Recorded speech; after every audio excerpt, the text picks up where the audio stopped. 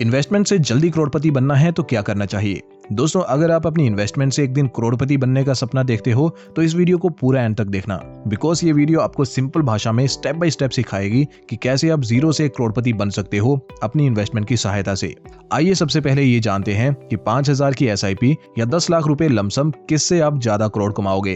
तो 5,000 की SIP 15% के रिटर्न्स पे 10 साल बाद आपको देगी 13,93,000 रुपए, जबकि 10 लाख रुपए lump sum same rate of return पे यानी 15% CAGR पे आपको देगा 40 लाख रुपए। और आगे चलें तो 20 साल SIP लगाने के बाद आपको मिलेंगे 75,80,000 रुपए। वहीं लमसम इन्वेस्टमेंट में आपको मिलेंगे 1,64,00,000 रुपए। एंड सरप्राइजिंगली इस समय तक आप अपनी SIP इन्वेस्टमेंट में 12 लाख रुपए निवेश कर चुके होंगे। स्टिल आपके पैसे आधे से भी कम होंगे in comparison to lump sum investment. खैर, थोड़ा सा और आगे चलते हैं और टेन्योर को 30 साल कर देते हैं। नाउ आप अपनी 5,000 की SIP से भी एक करोड़पति बन जाएंगे और आपके पास एट दिस पॉइंट पैसे होंगे लगभग 3.5 करोड़ रुपए। लेकिन लमसम वाली साइड आपके पास 30 साल बाद पैसे होंगे 6,62,00,000 रुपए, विच अगेन ऑलमोस्ट डबल है SIP इन्वेस्टमेंट से।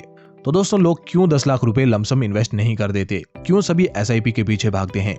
तो दोस्तों, इसके पीछे कुछ रीजंस हैं। जैसे कि एक तो यही है कि सबके पास 10 लाख रुपए एक साथ निवेश करने को नहीं होते, और दूसरा लमसम इन्वेस्टमेंट में सही समय पे निवेश करना बहुत इंपॉर्टेंट होता है।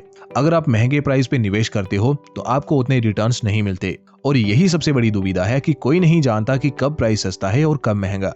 इन्हीं सब कारणों की वजह से आम लोग SIP इन्वेस्टमेंट को चूज करते हैं over lump sum investment. But in this video में आपको लमसम इन्वेस्टमेंट करने का सही तरीका बताऊंगा ताकि आप ज्यादा करोड़ कमा सकें, और ये सब रिसर्च बेस्ड रहेगा। ऑल्सो वीडियो को इंटरेस्टिंग बनाने के लिए मैं एक फिक्शनल कैरेक्टर मिस्टर तलवार का सहारा लूंगा। मिस्टर तलवार एक मिडिल क्लास आदमी हैं जो कि एक प्राइवेट जॉब करते हैं। तो क्या होता है कि एक बार मिस्टर तलवार अपने किसी काम से बैंक जाते हैं। बैंक वाले उनकी स्टेटमेंट देखते हैं और उनको इंसिस्ट करते हैं कि आप म्यूचुअल फंड में SIP करो। पहले तो मिस्टर तलवार इतना इंटरेस्ट शो नहीं करते, लेकिन फिर जब बैंक वाले उनको इन्वेस्टमेंट के कारण होने वाले फायदे समझाते हैं तो मिस्टर तलवार कन्विंस हो जाते हैं। मिस्टर तलवार 2,000 की SIP लगा देते हैं। सब कुछ अच्छा चल रहा होता है। 1 साल तक मिस्टर तलवार बिना कोई फेरबदल के अपनी SIP इन्वेस्टमेंट को यूं ही चलने देते हैं। फिर एक दिन मिस्टर तलवार अपना पोर्टफोलियो चेक करते हैं तो देखते हैं कि 12 महीने SIP करने के बाद केवल 26,000 रुपए बने हैं। इसके बाद मिस्टर तलवार थोड़ी सोच में पड़ जाते हैं और दिमाग में कुछ कैलकुलेशंस करने लगते हैं। फिर वो अपना मोबाइल फोन निकालते हैं और एक SIP कैलकुलेटर ओपन करते हैं।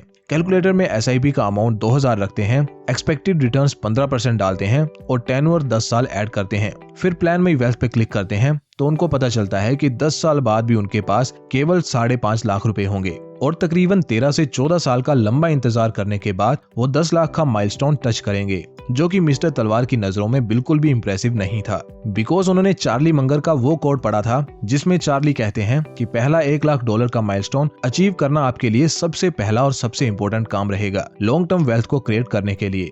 मीन्स अगर आप करोड़ों डॉलर्स की वेल्थ बनाना चाहते हैं तो पहले आपको जल्दी से जल्दी $1 लाख जमा करने होंगे अकॉर्डिंग टू चार्ली मंगर।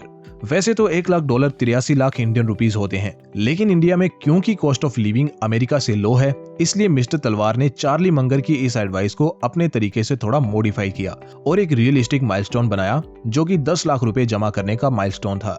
ये रियलिस्टिक इसलिए है बिकॉज एक आम इंसान के लिए 10 लाख रुपए जमा करना इंडिया में कोई पॉसिबल टास्क नहीं है, और अगर कोई मेहनत और लगन से इसे अचीव करना चाहे तो इन फ्यू ईयर्स इसे अचीव भी कर सकता है।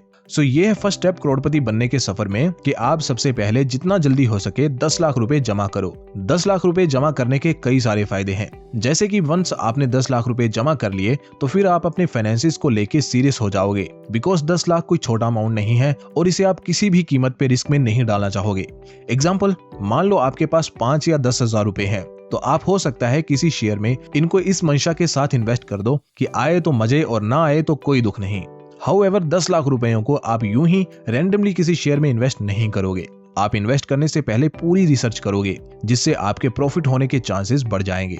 सेकेंडली, ज्यादा कैपिटल पे कम रिटर्न्स भी आपकी नेटवर्थ में बहुत इजाफा करते हैं, जबकि ज्यादा रिटर्न्स कम कैपिटल पे उतना नहीं करते। जैसे कि 10,000 रुपए पे 100% के रिटर्न से आपको 10,000 का प्रॉफिट होगा, जबकि 10 लाख पे केवल 15% के रिटर्न से आपको 15,000 का प्रॉफिट होगा। इसलिए सबसे पहले इसे अपना एक गोल बनाओ कि पहले आप 10 लाख रुपए जमा करोगे।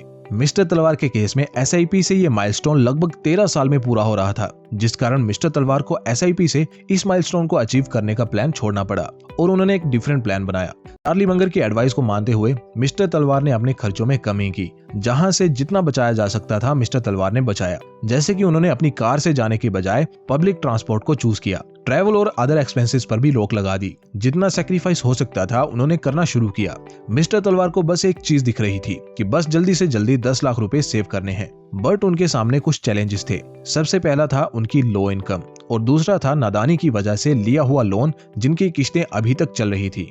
लोन की वजह से मिस्टर तलवार की इकोनॉमिक्स थोड़ी चेंज हो जाती है, बिकॉज अगर उन पे लोन ना होता तो उनको सिंपली 10 लाख रुपए सेव करने थे एंड दैट्स इट। लेकिन लोन के कारण अब उनको 10 लाख की पॉजिटिव नेटवर्थ बनानी पड़ेगी। और उसका क्या मतलब है? तो पॉजिटिव 10 लाख नेटवर्थ का मतलब है आपकी लायबिलिटीज के बाद 10 लाख रुपए सेव होना। फॉर एग्जाम्पल, अगर मिस्टर तलवार के ऊपर 10 लाख का लोन है तो उन्हें 10 लाख नहीं बल्कि 20 लाख सेव करने पड़ेंगे, तब उनकी पॉजिटिव 10 लाख की नेटवर्थ बनेगी। सो इस तरह से आप भी अपनी नेटवर्थ को कैलकुलेट कर सकते हैं। देन ये कैलकुलेट करने के बाद मिस्टर तलवार ने देखा कि इतना बड़ा टारगेट, वो भी कुछ सालों में अपनी करंट इनकम के साथ, तो अचीव करना बहुत मुश्किल होगा। बिकॉज मिस्टर तलवार भी बेचारे हमारी तरह एक मिडिल क्लास आदमी थे और महीने का एक एवरेज मिडिल क्लास जितना ही कमा पा रहे थे। इसलिए उन्होंने प्लान किया कि वो अपनी जॉब के साथ साथ और भी काम करेंगे ताकि वो एक्स्ट्रा इनकम जनरेट कर सकें। मिस्टर तलवार ने ट्यूशन पढ़ाने से लेके फ्रीलांसिंग जैसे सारे काम किए और कुछ छोटे व्यापारियों के साथ पार्टनर भी किया। ऑल एंड ऑल उन्होंने पूरी जान लगा दी 10 लाख का माइलस्टोन अचीव करने के लिए। जो भी काम मिस्टर तलवार कर सकते थे उन्होंने अपनी क्षमता के मुताबिक किए और उन्होंने जॉब में प्रमोशन के लिए भी आवेदन किया।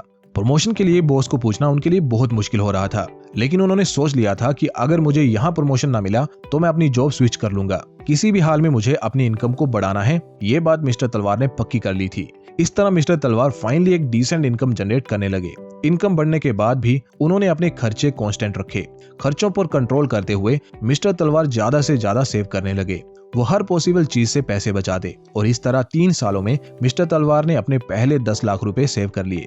ये स्टेप भी बहुत इंपॉर्टेंट है। अगर आप एक लो अर्नर हैं, लेट्स से 15-20 हजार की मंथली सैलरी कमाते हैं, तो आपकी पहली प्रायोरिटी इस इनकम को किसी तरह इंक्रीज करने की होनी चाहिए। बिकॉज लेट्स से आप भी मिस्टर तलवार की तरह 3 सालों में 10 लाख रुपए जमा करना चाहते हैं, तो आपको हर महीने कम से कम 30 हजार रुपए सेव करने पड़ेंगे, जो कि तभी पॉसिबल हो पाएगा अगर आप महीने का 50 हजार या उससे ज्यादा अर्न करते होंगे। लेकिन कोई प्रेशर लेने की जरूरत नहीं है। आप 3 साल से ज्यादा समय भी ले सकते हैं इस माइलस्टोन को अचीव करने के लिए।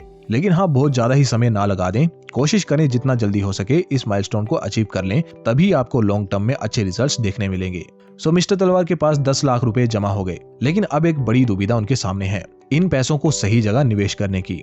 ठीक है, मिस्टर तलवार ने पूरी जान लगा के इनकम को बढ़ा के और फ्रूगल लाइफ जी के माइलस्टोन को अचीव कर लिया, लेकिन अब वो पैसे इन्वेस्ट कहाँ करें और किस तरह करें कि उनको अच्छे रिटर्न्स भी मिले और पैसे डूबने का खतरा भी कम हो, ये भी उनको फाइंड आउट करना है। देखो, जब हम SIP के जरिए पैसे निवेश करते हैं तो हमें उतना सोचने की जरूरत नहीं पड़ती, क्योंकि SIP से हर प्राइस पे यूनिट्स बाई होती हैं और महीना दर महीना एक छोटा अमाउंट इन्वेस्ट होता है। सो इतना डरने की जरूरत नहीं पड़ती।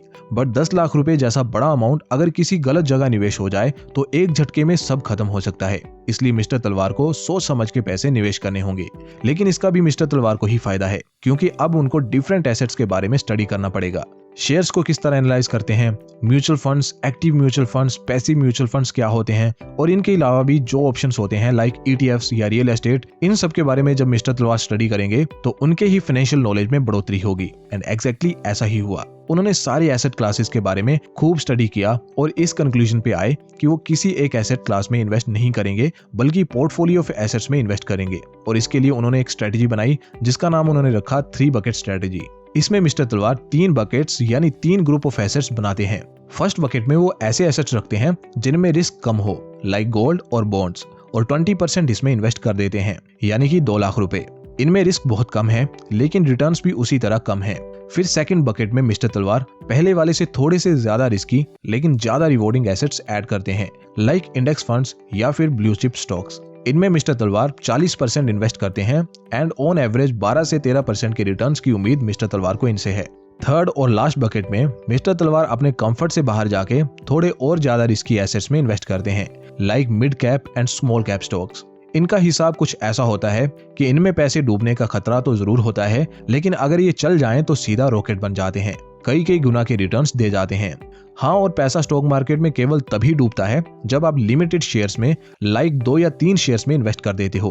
बट जब आप 10 या उससे थोड़ी ज्यादा शेयर्स में इन्वेस्ट करते हो तो प्रोबेबिलिटी ऑफ प्रॉफिट काफी इंक्रीज हो जाती है।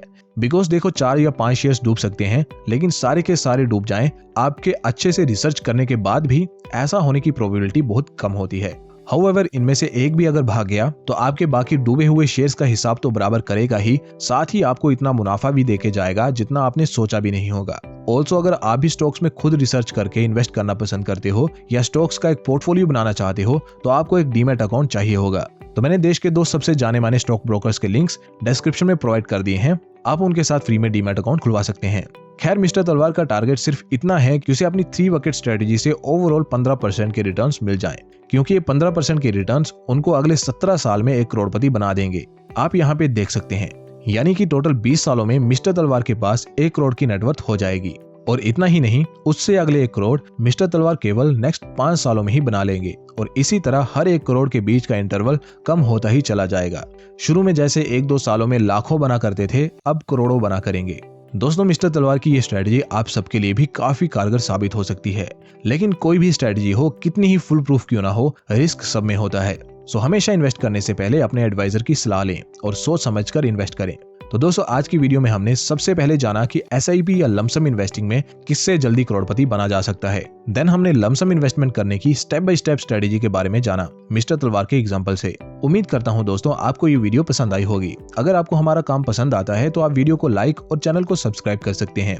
ऑल्सो अपनी इन्वेस्टमेंट जर्नी को शुरू करने के लिए डिस्क्रिप्शन में दिए फ्री डीमैट अकाउंट्स के लिंक से एक डीमैट अकाउंट ओपन करके अपनी जर्नी को शुरू कर सकते हैं। मिलते हैं किसी और वीडियो में, तब तक के लिए जय हिंद।